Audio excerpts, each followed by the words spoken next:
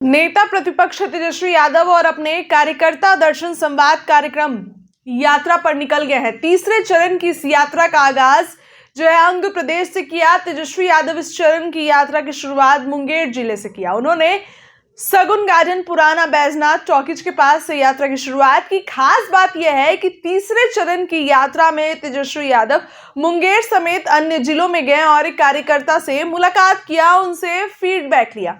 तेजस्वी यादव इस चरण की यात्रा में जिस भी जिले में जाएंगे वो लोकसभा की सारी सीट एनडीए के खाते में है। जी हाँ, एक एक करके आपको सभी सीटों का समीकरण बताते हैं। देखिए, विधानसभा की ज्यादातर सीटों पर एनडीए कब्जा है। तेजस्वी इन जिलों में जाकर के अपनी पार्टी को और मजबूत करने की भी कोशिश की। इस पूरी यात्रा में तेजस्वी यादव 4 लोकसभा क्षेत्रों के 18 विधानसभा क्षेत्र के कार्यकर्ताओं से मुलाकात किया। तेजस्वी जहां जहां भी गए वहां पर एनडीए का पलड़ा भारी रहा। अगर लोकसभा सीट के लिहाज से देखा जाए तो बात करें तो मुंगेर सीट की, तो मुंगेर में जदयू के ललन सिंह सांसद है और केंद्र में मंत्री भी हैं। खगड़िया सीट पर एनडीए के घटक दल लोक जनशक्ति पार्टी रामविलास का कब्जा है। बेगूसराय सीट पर आइए तो वहां से बीजेपी के कद्दावर नेता फायर ब्रांड नेता गिरिराज सिंह सांसद है, केंद्र में मंत्री हैं। तेजस्वी अपनी यात्रा के दौरान लखीसराय शेखपुरा भी जाएंगे। अब लोकसभा सीट के लिहाज से देखा जाए तो लखीसराय विधानसभा मुंगेर में आती है, जबकि शेखपुरा विधानसभा सीट जमुई लोकसभा क्षेत्र में आती है। यानी कि लखीसराय और शेखपुरा सीट भी एनडीए के कब्जे में हो गई है।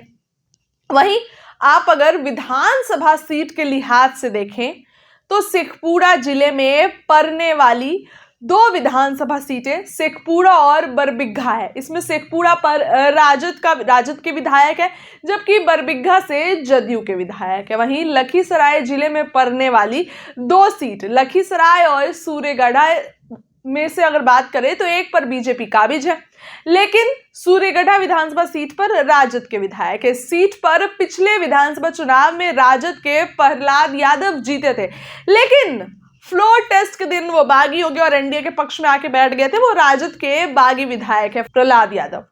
15 दिसंबर से तेजस्वी यादव अपने चौथे चरण की यात्रा शुरू करते हैं। उसके बारे में बात करते हैं जो 15 दिसंबर से वो शुरू करने वाले हैं। मुंगेर जिले में पड़ने वाली विधानसभा सीटों में एनडीए का दबदबा है। मुंगेर सीट पर बीजेपी काबिज है, जबकि जमालपुर सीट पर कांग्रेस के विधायक है। वहीं तारपुर सीट पर से जदयू, जमुई से बीजेपी और चकाई से निर्दलीय झाझा के जदयू तथा सिकंदरा विधानसभा सीट हम पार्टी के विधायक काबिज है।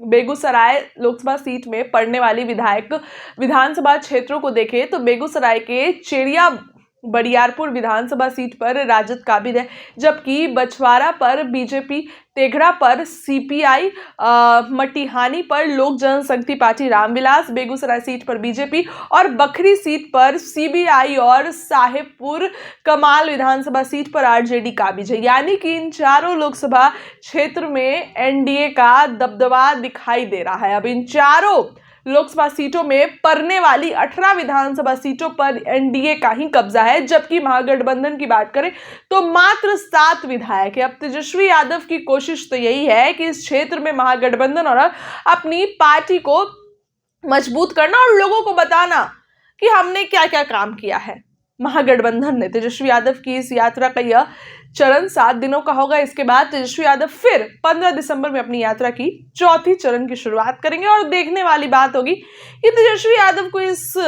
यात्रा से कितना फायदा होने वाला है आने वाले विधानसभा चुनाव में। आपको क्या लगता है हमें कमेंट में जरूर बताइए। चैनल को सब्सक्राइब करिए, वीडियो को लाइक करिए। बहुत बहुत धन्यवाद।